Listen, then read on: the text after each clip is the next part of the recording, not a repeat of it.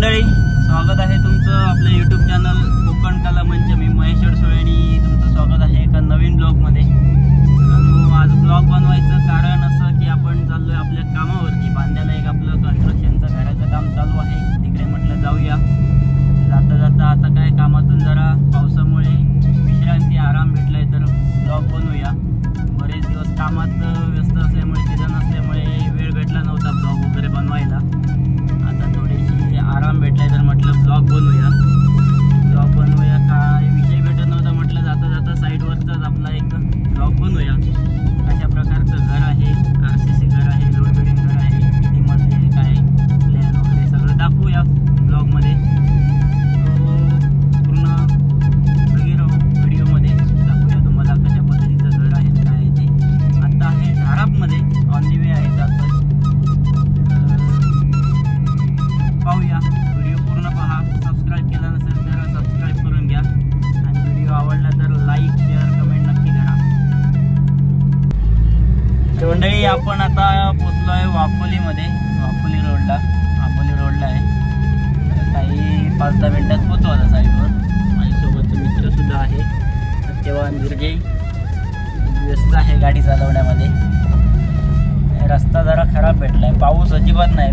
पाहू शकता बाहेर एकदम ऊन पडलंय कटकटीत, अजिबात पाऊस नाही. मध्ये मध्ये पाऊस येऊन जातो. यावर्षी काय पावसाचं चाललंय काही कळत नाही.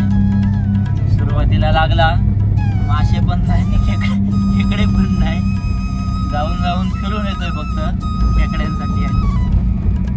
पाऊस काय नाही, पाहूया पुढे लागेल भरपूर. 5-10 मिनिटात पोचू आपण साईटवर आपल्या. पाहूया,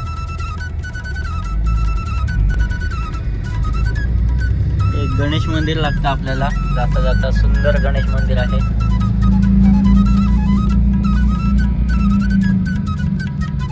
स्पीड ब्रेकर भरपूरच आहे या रस्त्याला. मेन बांद्यावरून आंबोली जाणारा रस्ता आहे, रोड आहे. बांद्या हायवेवरून एक 4-5 किलोमीटर आहे विलवडे. मित्राचंच आपल्या काम चालू आहे विलवड्यामध्ये. इथे साईडला ब्लॉकची वगैरे कंपनी आहे. रस्ता एकदम चांगला आहे इकडचा. जास्त रहदारी सुद्धा नाही रस्त्याला.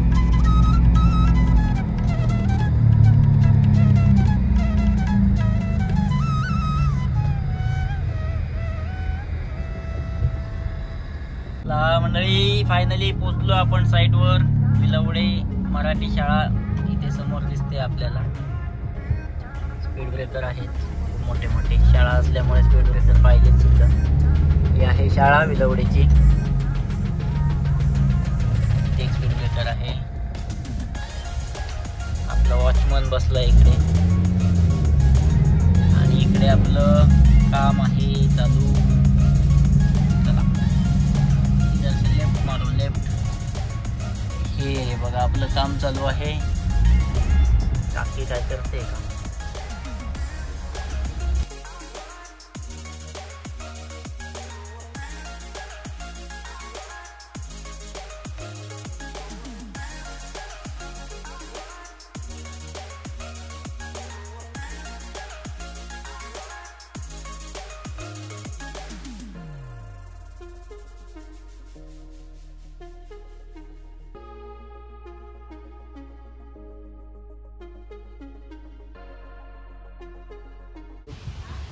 तर मंडळी, फायनली आपण साईडवर पोहोचलेलो आहोत. प्लॅस्टरपर्यंत काम पूर्ण झालेलं आहे.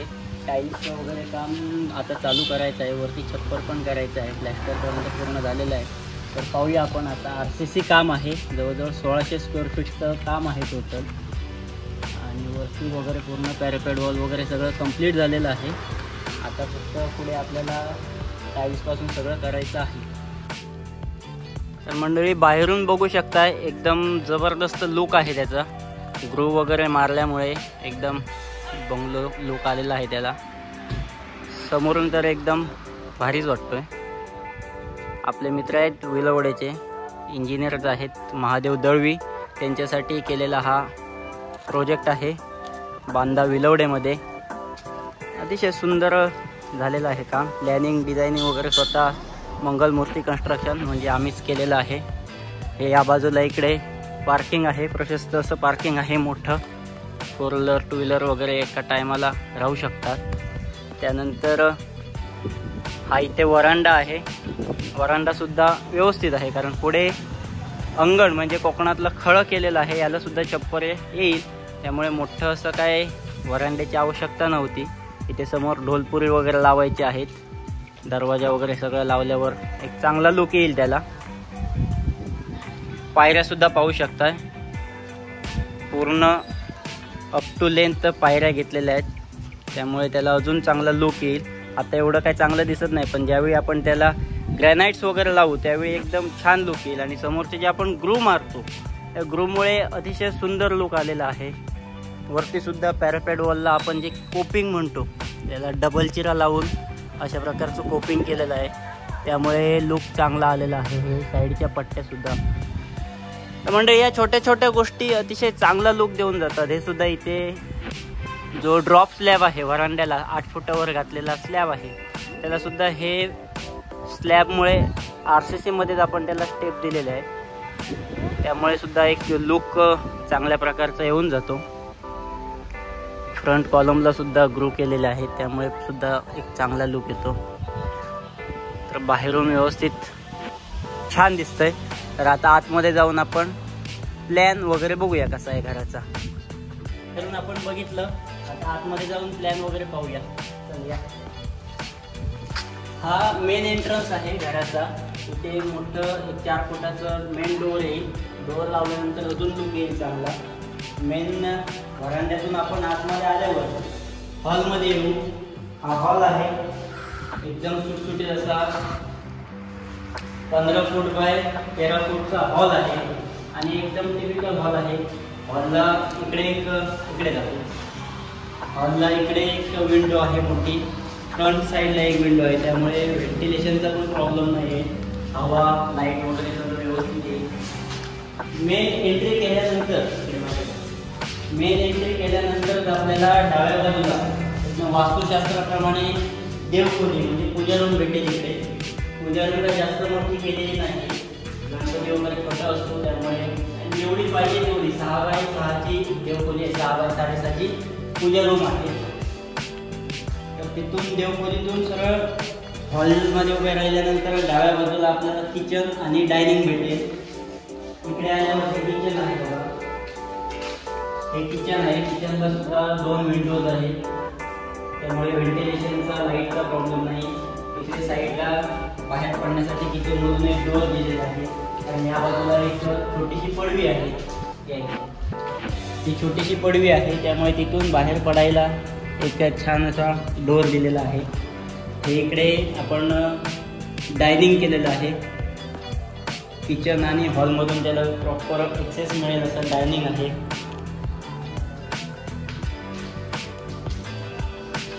डायनिंगला सुद्धा एक विंडो दिलेली आहे. त्यामुळे व्हेंटिलेशन आणि एअर याच्या लाईट याच्यामध्ये काहीच प्रॉब्लेम होणार नाही. कारण जेवढं घर मोठं आहे तेवढ्या त्याला डोअर आणि प्रॉपर प्लॅनिंग वास्तुशास्त्राप्रमाणे आपण त्याला विंडोज वगैरे दिलेले आहे. हॉलमधून आल्यानंतर डाव्या साईडला आपल्याला जाऊ शकता. हा एक बेडरूम आहे. बेडरूमला सुद्धा एक विंडो दिलेली आहे. त्या विंडोच्या पलीकडे पडवी म्हणजे ग्रूम केल्यामुळे एवढी जास्त अशी लाईट्स किंवा व्हेंटिलेशन होणार नाही, परंतु आहे व्यवस्थित आहे.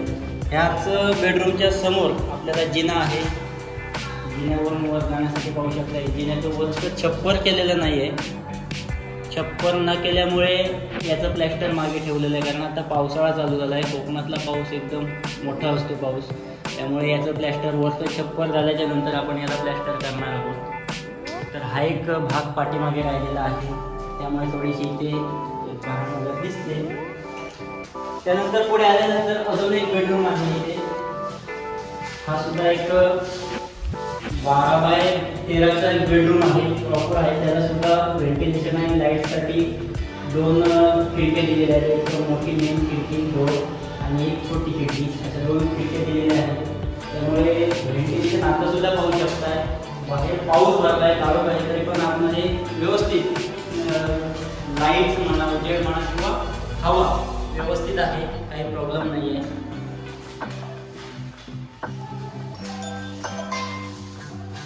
त्यानंतर इकडे आल्यानंतर इथे टॉयलेट बाथरूम आहे. हे टॉयलेट आहे आणि हे बाथरूम आहे. याचं सुद्धा रफ प्लास्टर केलेलं आहे. आता टाईल्स वगैरे लावायचं काम चालू होईल. 1-2 दिवसात टाईल्स करणार आहोत. त्याचा सुद्धा ब्लॉग बनवू. टाईल्सचं काम कशा पद्धतीने होतं, काय होतं ते सगळं दाखवू. इथे बेसिन येईल या कोपऱ्यामध्ये, टेबल टॉप बेसिन. हे सगळं दाखवू आपण. टेबल टॉप म्हणजे काय, सिंपल साधं बेसिन म्हणजे काय. आणि हा बॅक डोर आहे. इथून बाहेर पडण्यासाठी जे कोकणात आपण पाटला दरवाजा म्हणतो, पाटलं दार, ते इथे आहे. डोर हा बॅक साईड डोर आहे. बॅक साईड डोअरच्या वर छज्जा दिलेला आहे, जेणेकरून पाणी डायरेक्ट पावसाचं पायऱ्यांवर पडू नये, त्यासाठी वरती प्रॉपर छज्जा दिलेला आहे. बॅक साईडने सुद्धा पाहू शकता. लुक एकदम फ्रंटनेच नाही तर बॅकने सुद्धा लुक चांगला आहे.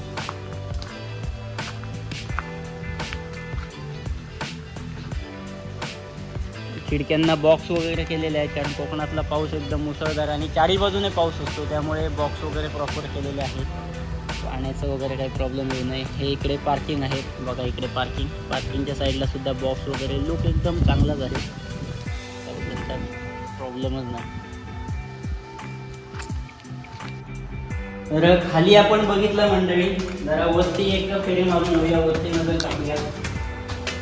हा जिना मेन, जिन्याच्या समोर सुद्धा खिडकी ठेवलेली आहे, जेणेकरून हवा लाईटचा प्रॉब्लेम होऊ नये.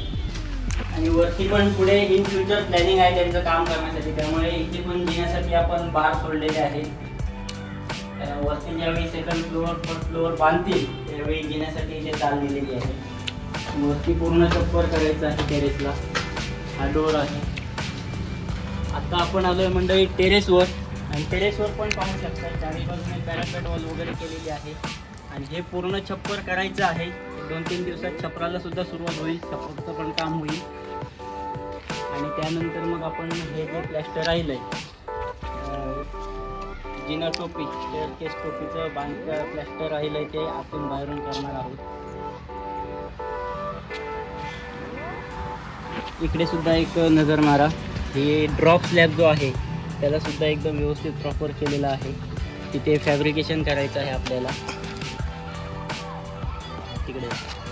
तिथे फॅब्रिकेशन मध्ये जे आपण ओपन स्पेस सोडली तिथे सुद्धा फॅब्रिकेशन मध्ये लुक अजून चांगला येईल त्याला.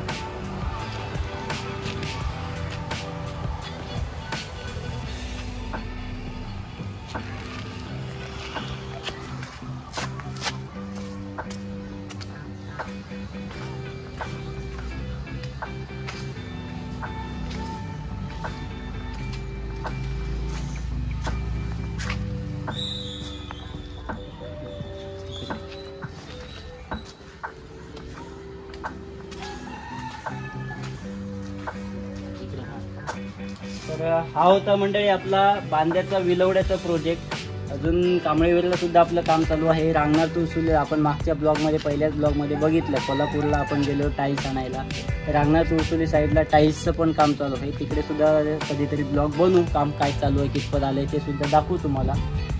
तर हा होता विलवड्याचं प्लॅनिंग, डिझाईन वगैरे सगळं स्वतः मंगलमूर्ती कन्स्ट्रक्शन नावाची आपली कंपनी आहे कोकणामध्ये. हे RCC काम होतं. तर नक्कीच काम आणि प्लॅन वगैरे एकंदरीत पूर्ण ब्लॉग कसा वाटला नक्की कमेंट करून कळवा. आणि चॅनल सबस्क्राईब केलं नसेल तर सबस्क्राईब करा आणि व्हिडिओ लाईक करा, शेअर करा. धन्यवाद. आणि कोणाला जर घराचं प्लॅनिंग वगैरे काही माहिती जरी हवी असेल तर नक्की आम्हाला संपर्क करा. नंबर आमचा तुम्हाला आम्ही डिस्क्रिप्शनमध्ये देऊच. धन्यवाद. थँक्यू.